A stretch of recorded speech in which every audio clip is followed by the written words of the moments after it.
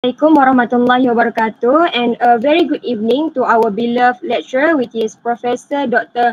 Muhammad Aziz Shah bin Muhammad Arif, and all of my classmates. Okay, today me and my group partner will unravel about a few topics in the books of Social of Deviant Behavior. So in this book, we will discuss and present to you all about the nature and meaning of deviance, or in Malay we can translate that as sifat dan makna penyelewengan. Okay, next slide.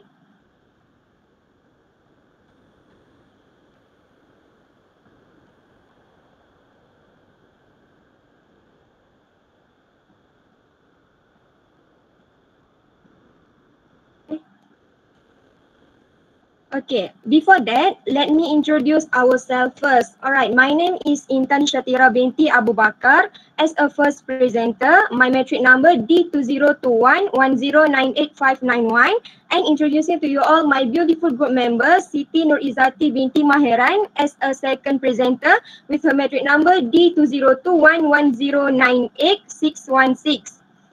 So, on our presentation today, me and Siti Nur Izzati will together present to you all about the nature and meaning of deviance. So I really hope that you all can lending us your eyes and ears and stay focused on our presentation today, because at the end of our presentation, we will ask you all 3 questions about our topics today.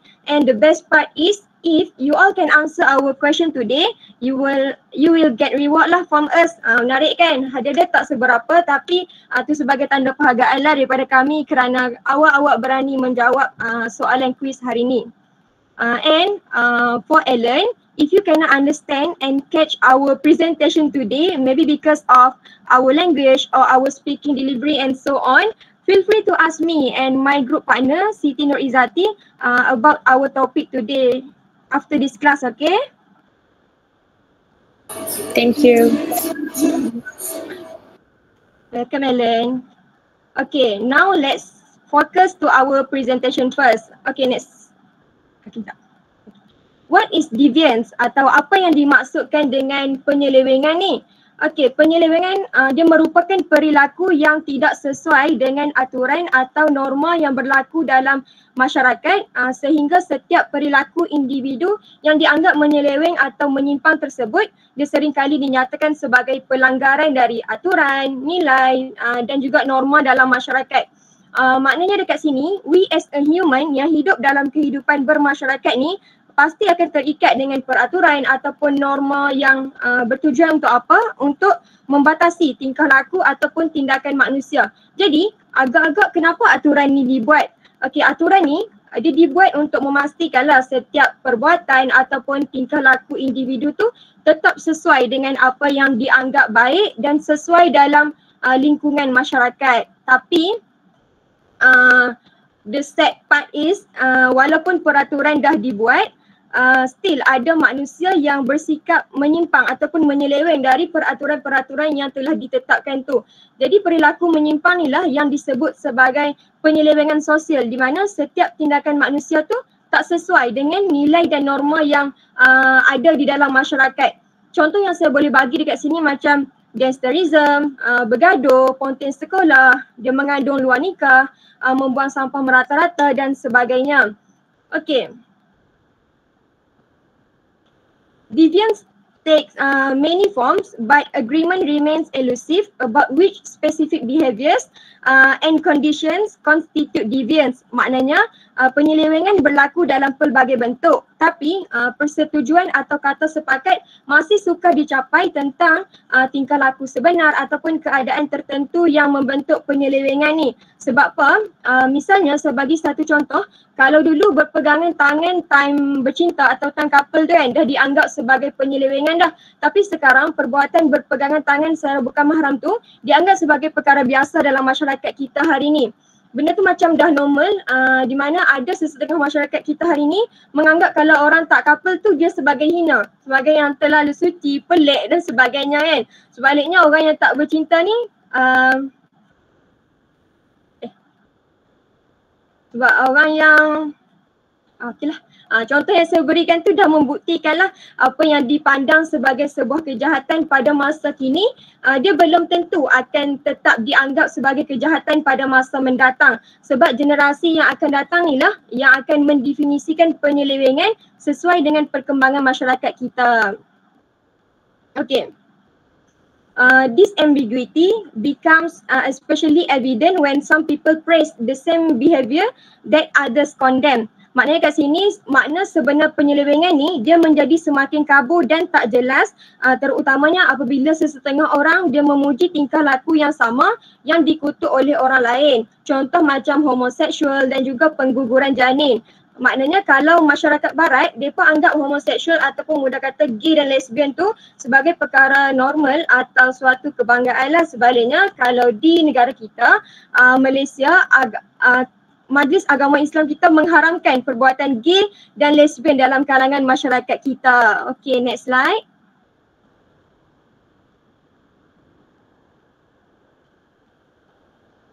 Jadi disebabkan terlalu banyak sangat jenis, bentuk dan contoh penyelewengan yang berlaku dalam masyarakat ni, maka beberapa orang ahli sosiologi tertarik untuk mengkaji beberapa isu penyelewengan. Antaranya termasuklah perkara yang menyebabkan tingkah laku menyeleweng, sifat dan perbuatan menyeleweng, bagaimana seseorang melakukan penyelewengan dan juga akibat daripada penyelewengan yang mereka lakukan. Okey, macam yang okay, next slide. Okay, macam yang kawan-kawan boleh tengok dekat slide tu, yang merupakan 5 contoh penyelewengan sosial, 5 example of deviance yang berlaku dalam kalangan masyarakat. The first example is suicide ataupun bunuh diri, crime, jenayah, substance abuse, penyalahgunaan dadah, drug addiction and prostitution ataupun pelacuran. Contoh-contoh yang saya sebutkan ni memang boleh dikatakan tak lekallah dalam kehidupan masyarakat kita hari ini, di mana pelbagai jenayah dan juga perkara-perkara tak bermoral yang berlaku dalam masyarakat dunia hari ini. Apa yang lebih membimbangkan kita bila mana pelaku kegiatan jenayah hari ini dia bukan sahaja melibatkan golongan dewasa semata-mata, tapi yang lebih buruknya bila usia remaja pun dah terjebak dengan perkara-perkara macam tu kan. Contoh macam sanggup menggadaikan maruah menjadi pelacur sebab nak dapatkan duit, nak bayar yuran college ke dan sebagainya kan. Masing-masing ambil jalan singkat untuk nak puaskan keinginan mereka tanpa memikirkan akibat daripada perbuatan tersebut kepada masa depan mereka kelak. Okey. Apa itu penyelewengan? Some sociologists conceive of deviance as a collection of conditions, persons or acts that society disvalues, atau kalau kita translatekan, beberapa orang ahli sosiologi, mereka ni tokoh-tokoh sarjana yang terkenal lah, misalnya Sagarin. Beliau mendefinisikan penyelewengan sebagai pengumpulan syarat, orang atau perbuatan yang tidak dihargai oleh masyarakat. Selain itu juga Higgins and Butler pula mereka mendefinisikan penyelewengan sebagai suatu perkara atau perlakuan yang menyinggung perasaan. Jadi segala definisi menurut pandangan para tokoh ni dia telah mengelakkan segala persoalan kritikal lah tentang bagaimana atau mengapa manusia mengklasifikasikan setiap individu setiap perbuatan atau individu tu sebagai menyinggung perasaan mereka dan atas dasar apa mereka tidak dihargai oleh masyarakat. Jadi konsep-konsep seperti ini juga gagal untuk nak mengenal pasti bahawa penyelewengan mungkin termasuk perbezaan yang sangat bernilai di mana manusia boleh menghadapi penyelewengan dalam bentuk positif dan juga negatif. Tambahan pula, contoh-contoh yang dinyatakan ni dia tak memberikan takrifan yang tepat berkaitan dengan konsep sebenar penyelewengan kerana hanya definisi eksplisit sahaja yang boleh mengenal pasti sepenuhnya contoh-contoh yang mungkin dianggap sebagai menyeleweng sama ada dalam erti kata yang positif ataupun negatif. Definisi eksplisit tu macam dia merupakan maksud sebenar lah yang dinyatakan secara tepat tanpa ada kiasan. Okay, next slide.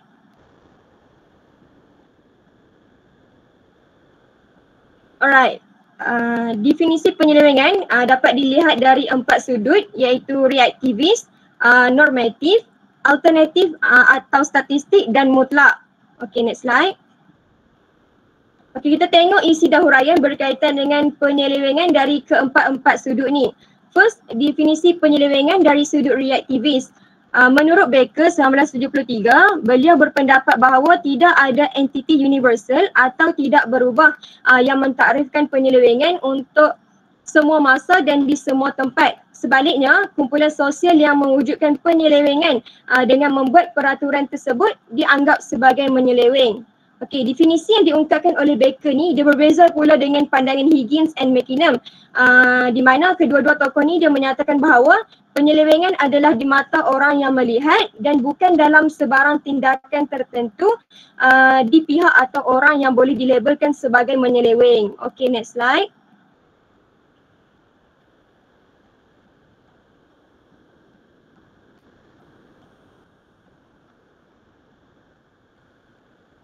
Next slide, Aman.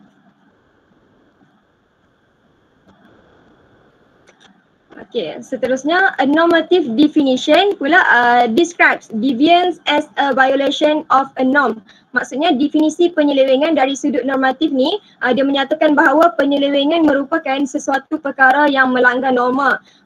Macam yang kita semua sedia maklum bahawa norma ni dia merupakan satu ukuran lah ataupun tahap piawai tentang apa yang patut atau tak patut difikirkan, dikatakan serta dilakukan dalam keadaan tertentu oleh seseorang manusia ataupun sekelompok masyarakat tu.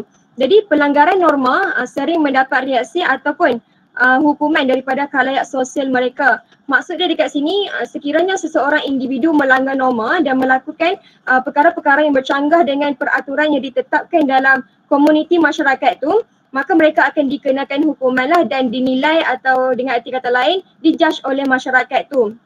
Jadi sekatan ni yang memberikan tekanan kepada sesetengah individu atau masyarakat untuk mematuhi norma sosial tersebut. Okay, next slide.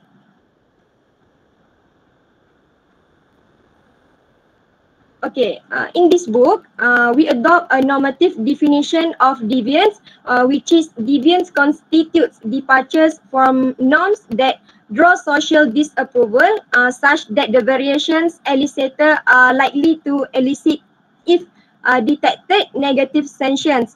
Maksudnya buku Social of Deviant Behaviour yang kami kaji ni dia lebih menerima pakai definisi penyelewengan dari sudut normatif berbanding dengan definisi penyelewengan dari sudut reaktivis.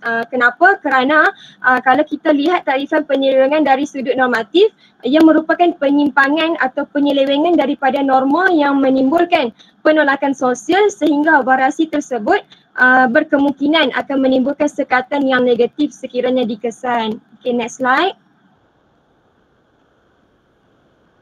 Okay, kita tengok pula definisi penyelewengan dari sudut alternatif atau statistik.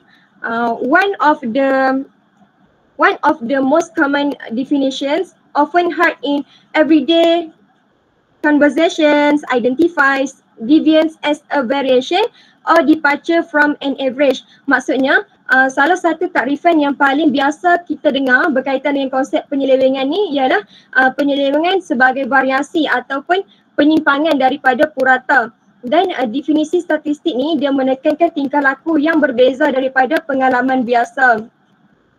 Kat sini juga takrifan ni menganggap bahawa segala apa yang dilakukan oleh kebanyakan orang dia menentukan cara yang betul untuk bertindak. Jadi definisi statistik ni dia menggunakan label penyelewengan kepada mereka yang mencuri, melanggar undang-undang, tak pernah ambil bahan terlarang, beralkohol, tak pernah melakukan hubungan seksual sebelum kahwin dan sebagainya. Okay, next slide. Alright, now we move to definisi penyelewengan dari sudut mutlak. Okey, terdapat beberapa orang ahli sosiologi yang menganggap peraturan sosial sebagai mutlak, di mana macam yang kita tahu, mutlak ni maksudnya macam tak terbatas dan jelas kepada semua anggota masyarakat dalam pelbagai situasi. Jadi konsep penyelewengan mutlak ni dia mengandaikan bahawa setiap orang bersetuju dengan peraturan asas masyarakat yang jelas yang membawa kepada persetujuan umum bahawa penyelewengan terhasil daripada pelanggaran piawaian yang telah ditetapkan sebelumnya untuk segala tingkah laku yang boleh diterima. Dan takrifan ni dia seolah-olah menganggap bahawa semua orang bersetuju dengan konsep pelanggaran peraturan tertentu mewakili perbuatan tidak normal, dan ia juga menganggap bahawa semua orang tahu bagaimana untuk bertindak mengikut nilai yang dipegang secara universal dan sejagat ataupun seluruh dunia lah. Macam tu. Okay, next slide. Kita balik pula ke topik penyelewengan dan masyarakat. Next slide, Man.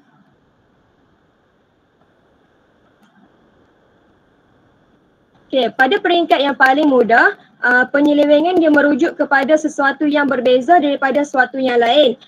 Beberapa perbezaan dalam gaya pakaian contohnya kan, dia tidak membawa kepada penyelewengan.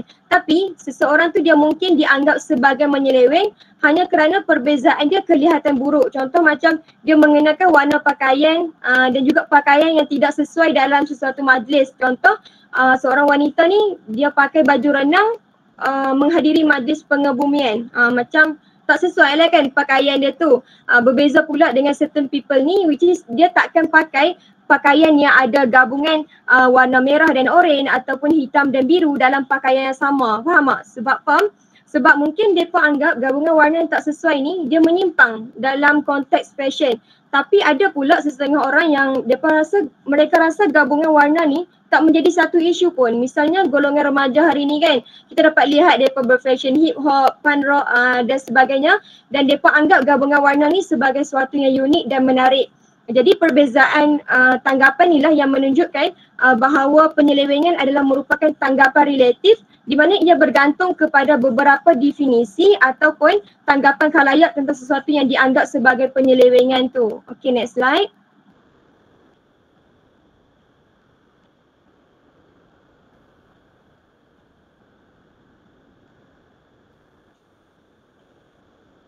Okay, we move to the next subtopics, which is norms. Okay, next slide, Man. Norms vary according to how widely people accept them, how society enforces them, how society transmit them, and how much conformity people require. Maknanya norma adalah berbeza-beza mengikut sejauh mana orang menerimanya, cara masyarakat menguatkuasakannya, menyampaikannya, dan seberapa banyak kepatuhan yang diperlukan oleh orang ramai. Jadi individu dalam kumpulan sosial jarang mengenali asal-usul norma kerana mereka telah menghadapi keutamaan ini dalam proses kehidupan yang berterusan. Jadi dalam hal ni, ahli kumpulan akan mempelajari dan mewariskan norma dari satu generasi ke generasi yang seterusnya. Dengan cara macam inilah, individu akan mewariskan setiap perkara dari generasi sosial mereka yang sebelumnya. Contoh macam bahasa, idea dan juga kepercayaan sosial setiap kumpulan sosial mereka. Oleh itu, sebab tu manusia ni dia melihat dunia bukan melalui mata mereka semata-mata. Sebaliknya, kita melihat dunia melalui apa yang kita panggil sebagai lensa pengalaman budaya dan juga kumpulan sosial kita sendiri. Jadi dalam hal ni, norma memainkan peranan yang sangat penting dalam mengekalkan keamanan kerana terdapat masyarakat atau individu yang menganggapnya sebagai cita-cita budaya dan ada juga yang menggambarkannya sebagai ungkapan ataupun perkara yang diharapkan oleh masyarakat. Okay, next slide. Seterusnya, perbezaan dan penyelewengan. Okey, perbezaan tu apa dan dari sudut apa?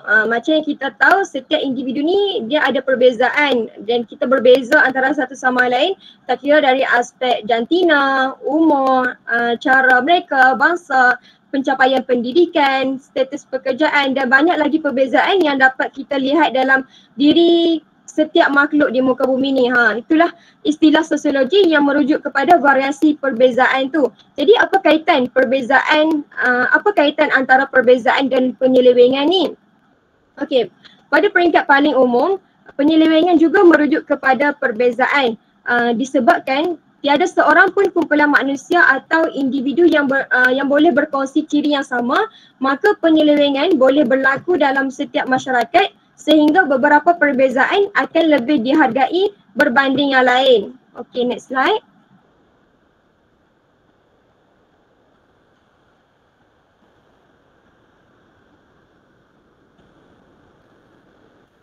Next slide, Man. Okay, tadi norma, sekarang kita akan tengok pula berkaitan dengan sub budaya. Semua masyarakat dia terdiri daripada kelompok kecil yang mempunyai tradisi dan nilai kebudayaan yang berlainan. Norma yang membezakan satu kelompok kecil dan masyarakat yang lebih besar ni lah yang disebut sebagai sub budaya ataupun dalam bahasa Melayu dia maksud kebudayaan kecil lah. Perbezaan ni berpunca dari segi kelas sosial, latar belakang etnik, agama, kawasan tempat tinggal, pekerjaan dan banyak lagi. Jadi nilai-nilai yang wujud dalam sub budaya ni dia akan menjadi sebahagian personaliti ahli kumpulan tu. Sub budaya ni dia tak bermaksud untuk menolak sub budaya utama. Cumanya ia agak menyeleweng dan sedikit berbeza dari arus utama budaya asal. Malah sub budaya ni juga dia banyak muncul dalam dunia gangster dan mafia di seluruh dunia. Contoh-contoh sub budaya yang berpengaruh adalah macam geng kongsi gelap, mafia, ideologi anti-rasis, yakuza, rebel dan banyak lagi. Okay, next slide.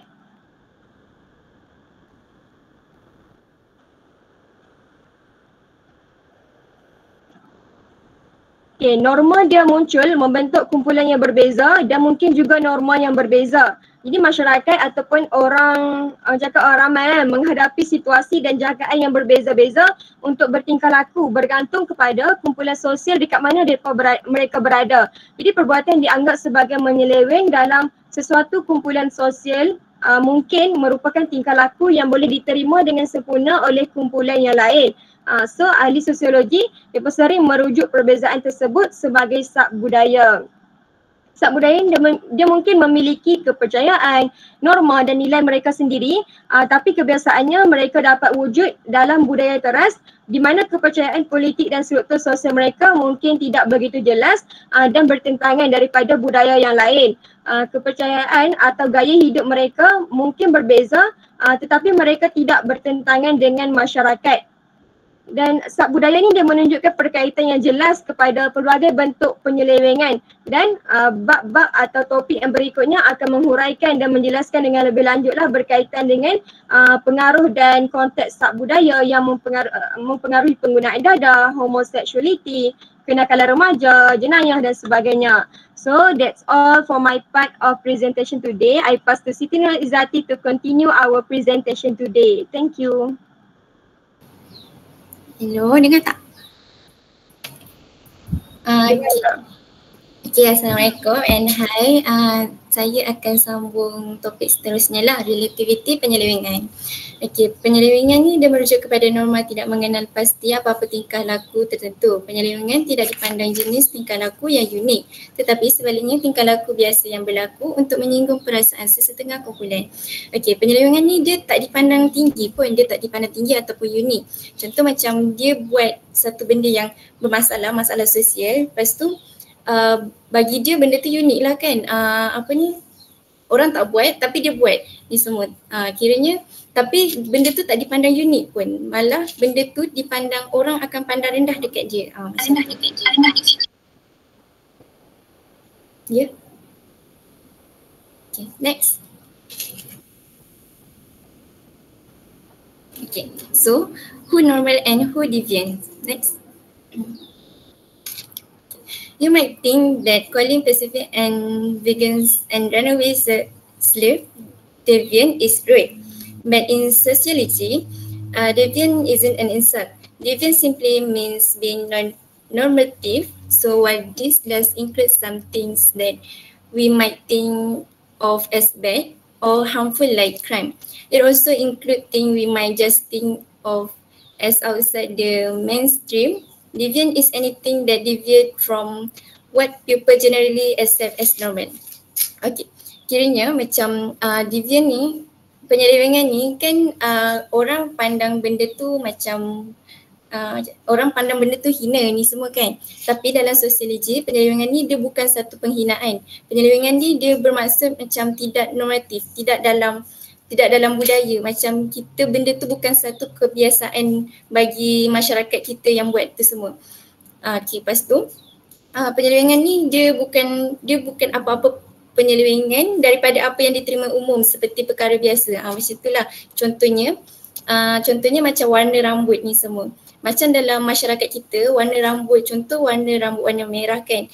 Benda tu kan bukan kebiasaan ni semua kan. Tapi kalau orang yang jenis yang macam ada masalah sosial ni semua, diorang benda tu akan jadi kebiasaan diorang. Lepas tu contoh dalam buku tu pasal macam naked dekat pantai ni semua. Kan kalau dekat luar negara, diorang akan pakai bikini je kan pergi kat pantai ni semua.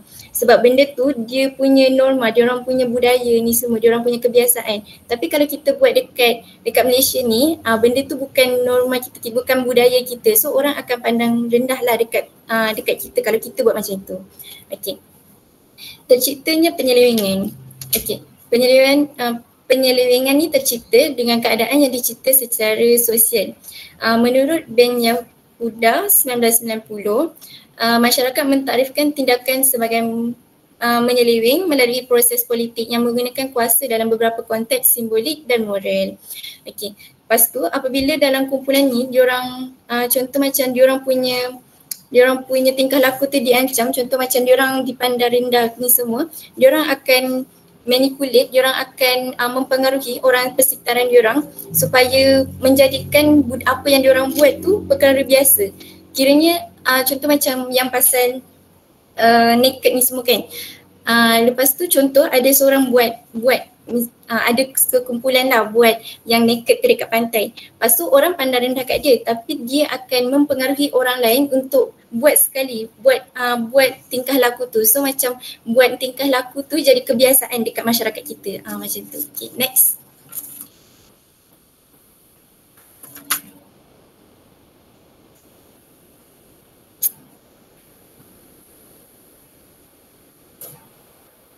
Okay, to final observation. Okay, deviance ni terbahagi kepada dua, iaitu positive deviance and negative deviance. Next.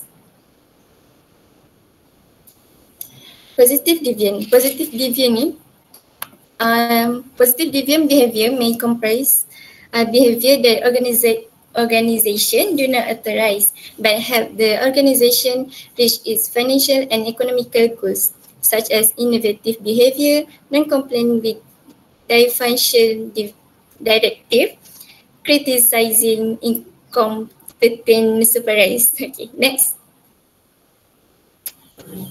Okay, negative deviance pula. Negative deviant behavior include employee delinquents such as sexual harassment, vandalism, rumor spreading. Okay, next. Okey, kesimpulannya, penyelewengan merupakan perilaku yang tidak sesuai dengan peraturan atau norma dalam masyarakat. Lepas tu penyelewengan ni dia didefinisikan kepada empat, iaitu yang pertama reactivities, yang kedua normatif, yang ketiga alternatif dan statistik, yang keempat adalah mutlak. Next. Okay, so sekarang adalah quiz time. Korang kan dah dengar sepanjang Intan Syatira bagi penjelasan tu semua sampai saya. So sekarang adalah quiz dan kita orang akan bagi hadiah untuk 3 orang yang betul lah. And ada 3 soalan. Next.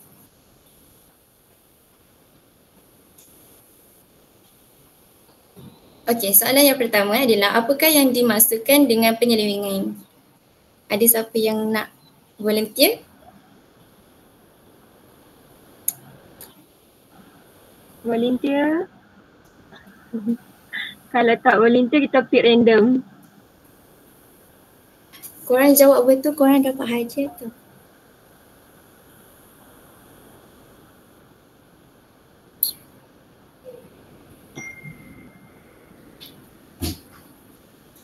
Okay.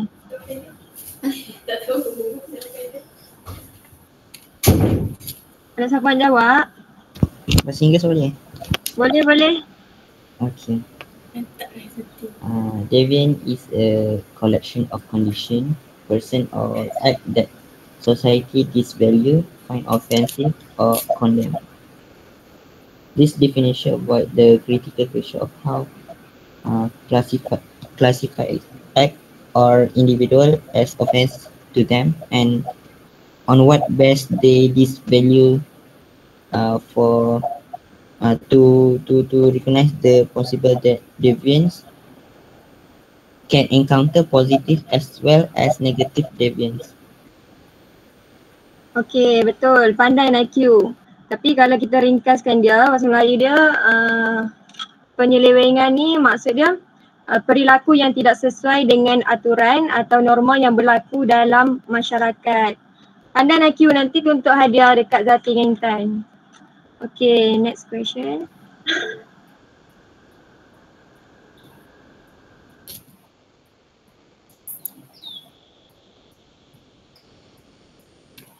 Okey, soalan yang kedua, nyatakan 3 contoh penyelewengan yang berlaku dalam kalangan masyarakat.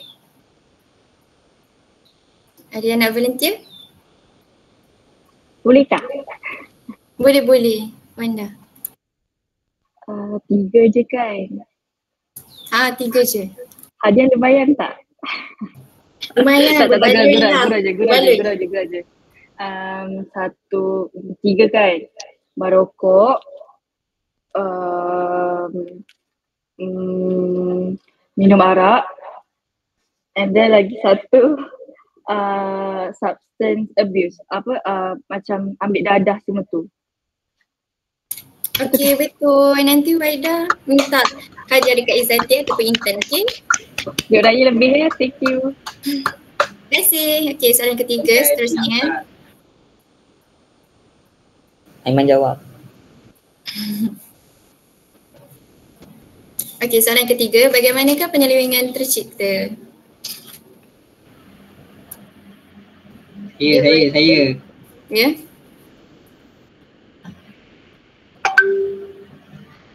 Ada yang lain nak jawab ke? Aiman. Penyelewengan tercipta tu apabila sesuatu benda tu dia tak biasa dilakukan oleh seseorang, oleh satu masyarakat tu. Contoh yang Izzati bagi tadi berkaitan dengan naked tu kan.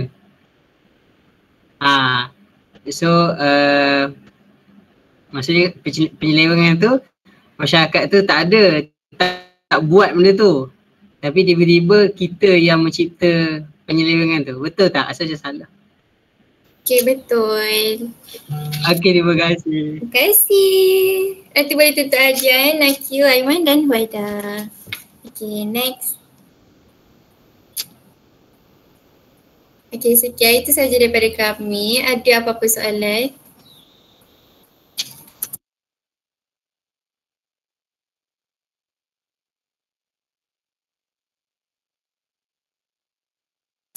Okey, tak ada.